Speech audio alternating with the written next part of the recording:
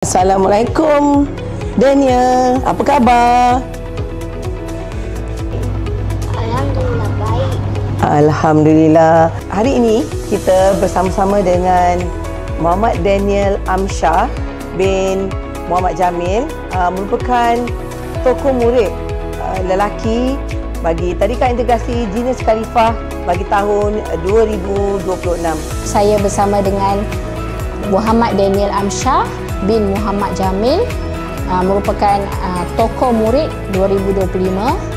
Daniel telah berada dengan kami sejak berusia setahun 10 bulan di Tadika Integrasi Jinis Khalifah Bandar Putra 2. Alhamdulillah, Daniel adalah seorang murid yang sangat baik dan menyenangkan hati semua guru.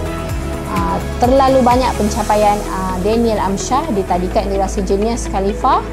Kan pelajar yang pertama mendaftar di TIJK Bandar Putra 2 sehingga berusia 6 tahun.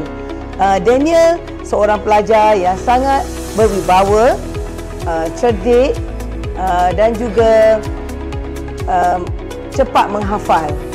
Dan daripada segala aspek dan penilaian yang telah dilaksanakan, alhamdulillah kami telah memilih Daniel Amsyah sebagai tokoh murid. Daniel seorang pelajar yang bukan saja berjaya menguasai akademik tetapi juga sentiasa mengikuti kegiatan co-curriculum, aktiviti di dalam dan juga aktiviti yang diadakan di luar Tadika. Saya mengucapkan syabas dan tahniah kepada kedua ibu bapa Muhammad Daniel Amsyah dan juga syabas kepada guru-guru yang mengajar beliau. Saya mendoakan semoga Daniel akan berjaya dunia dan akhirat serta menjadi anak yang sentiasa mendoakan ibu bapa dan guru-guru. Salam maju jaya. Assalamualaikum.